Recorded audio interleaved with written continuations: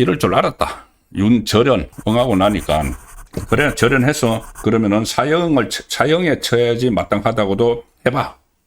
그냥 뭐 조롱이고 야유죠.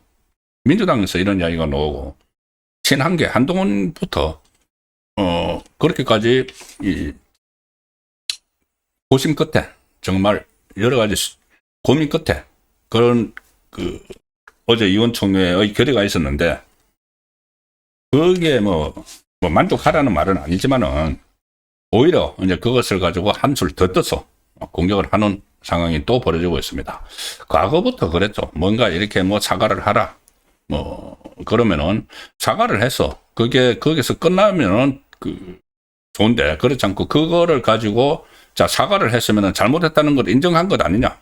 그러면은 뭔가 책임을 져야지. 사과 말로만 끝날 거야. 이렇게 이야기를 계속 합니다. 그러니 이런 상황에 대해서도 굉장히 조심스러웠던 거죠. 장동혁 대표도 아마 그런 부분에 고민이 있었을 겁니다. 근데 어쨌든 어제 이 의원총회 결의에서 윤석열 전 대통령 정치 복귀에는 반대한다. 그리고 12.3 비상계엄은 사과한다. 이런 의원총회 결의문을 발표를 했습니다. 여러 가지 반대하는 쪽도 있고 악조건도 있지만은 어쨌든 그렇게 함으로 해서 이제 이걸로 전환을 하자. 이제 선거체제로 선거일수로 전환을 하자는 차원에서 그렇게 했죠. 그런데 바로 한동훈부터 배현진은 바로 의원총회에서 장동혁에게 사과를 해야 된다는 이야기를 하고 의원총회에서 한동훈 제명을 취소하라는 이야기까지 나왔죠.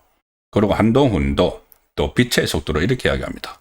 그 전에 윤석열 전 대통령 비상계엄 후에 이 담화문을 발표를 했을 때 가장 빠르게 이재명보다 더 빠르게 내란 자백이다 이런 이야기를 했는데 어제 국민의힘 의원총회 결의에 대해서 이 시기가 늦을 만큼 또 시비를 거는 겁니다.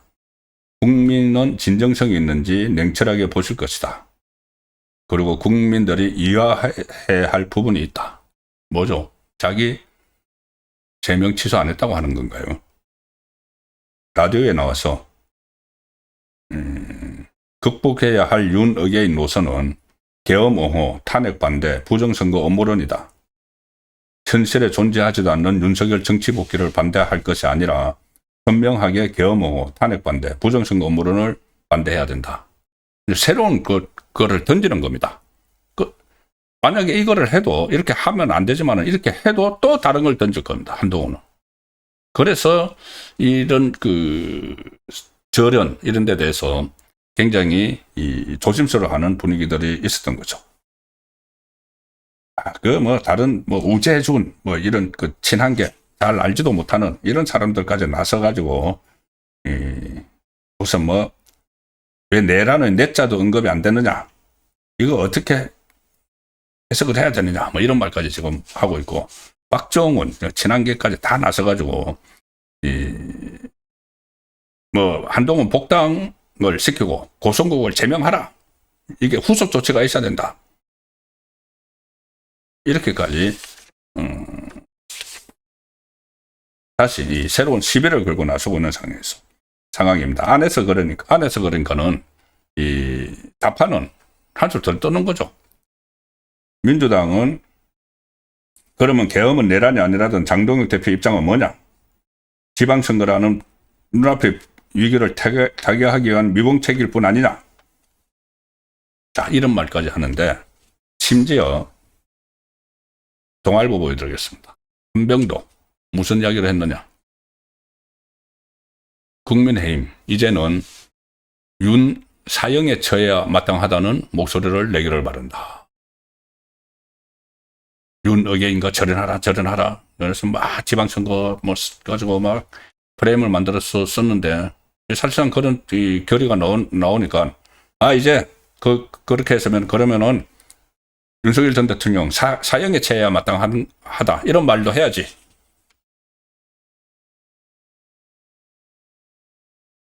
윤 전 대통령은 정치적 사법적으로 복귀할 수 없는 범죄자인데 이 당연한 사실을 두고 결의문까지 발표해야 하는 국민의 힘이 공당이지 의문이 든다. 이렇게 이야기를 하면서 윤석열은 사형에 처해야 마땅하다는 목소리를 내기 바란다. 는 반응까지 나왔습니다. 더 이상 소개해드리지 않겠습니다. 저 기사를 좀 내려주시면은 한병도 뿐이 아니고 전준호, 김현정 일제히 나서서 이런 이야기를 했고 진중권 이런 사람들도 이제 이 장동혁이 이선 후퇴하고 한동훈을 복당시켜라. 새로운 장에서 새로 시작을 하는 겁니다. 이 친한계하고 좌파 평론가하고 민주당하고 또 좌파 매체들, 오늘 MBC나 이런 매체들도 자 지금부터 그러면 한동훈을 복귀시켜야 되는 것 아니냐, 장동혁은 사퇴해야 되는 것 아니냐, 이런 이야기들. 그러니까 어떤 사과를 하고 해서 이게 끝이 아니라 새로운 시작으로 만들어 버리는 그 무리들이 이것을 계속 요구를 해왔고, 그걸 일종의 간처리를 시키고 나니까 그 상황에서 이제 한술 더 떠서 새로운 요구들을 하면서 끝까지 이 지방선거까지 이용을 하려고 하는 것이죠. 어쨌든 국민의힘은 이제 지방선거 체제로 전환을 해야 됩니다. 이정현 공관위원장이 일단은 지금 오세훈도 신청을 안 하고 김태흠 충남지사도 후보 신청을 안 했죠. 근데 장동훈 대표가 이제 만났습니다. 그리고 이정현 공관위원장은 이 후보 추가 신청에 대해서 추가 접수의 문은 활짝 열려 있다. 그리고 오늘, 어제, 그리고 내일도 광역단체, 기초단체장 후보자 면접이 지금 벌어지고 있습니다. 오늘 대구시장 후보자들 면접을 했고, 경선, 그리고 내일은 경북도지사에 나가는 경선 후보자들 면접을 합니다. 이정현 위원장은 분명한 것은 당도 그렇고 공간의 규정도 그렇고 추가 접수가 가능하게 되어 있고 활짝 열려 있다. 필요에 따라서 더 좋은 후보가 있다면 여러 가지 방법을 통해서 모실 수도 있다. 지금 후보 등록이 일단 마감됐지만 끝난 게 아니다. 새로운 분들이 있으면 언제든지 할 수 있다. 특히 오세훈도 완전히 이제 배제하는 것이 아니고 다시 이제 경선을 해야 되는 거죠. 복면 가원 방식으로 하든지 경선을 시켜줄 수는 있다는 겁니다. 어느 특정이나 지역을 넘어서 미접수 지역도 있고 또 심사하다 보면 여러 상황도 발생할 수 있기 때문에 잘 담아내서 위원회 논의를 통해서 결정을 하겠다는 이야기가 오늘 나왔습니다. 자, 그리고 정말 또 화나는 부분이 하나 있죠. 대구 경북하고 충남 대전 통합, 이게 사실상 물 건너갔습니다. 여야가 대구 경북과 충남 대전 행정통합 특별법 처리를 놓고 평행선을 달리면서 본회의 처리 이제 12일에 모레 본회의가 있는데 거기에서 처리하는 것에 합의를 하지 못했다. 이달까지 협상을 이어간다는 입장이지만 입장차가 좁혀지지 않아서 전남 강주를 제외한 행정통합은 지방선거 전에 사실상 어려워졌다. 입장차가 좁혀지지 않은 것도 부분적으로 있지만 이것은 이재명 정권이 처음부터 저는 의도를 했다고 봅니다. 막 갈라치기 하고 지역 간 분열 일으키도록 막 법안도 막 차별화해서 강주 전남 법안하고 막 차별화해서 만들어 놓고 강주 전남만 딱 지금 통과를 시켰죠.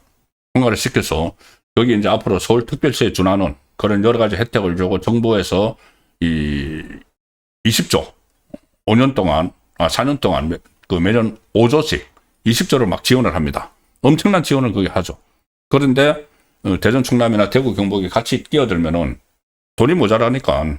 그리고 대구 경북 같은 경우는 본인들이 어차피 지방선거를 통해서 혐오로 만들어버릴 그런 계획을 가지고 있으니까 신경도 안 쓰는 겁니다. 사실상 본인들이 목적했던 것은, 이재명 정권이 목적했던 것은 다 끝났죠.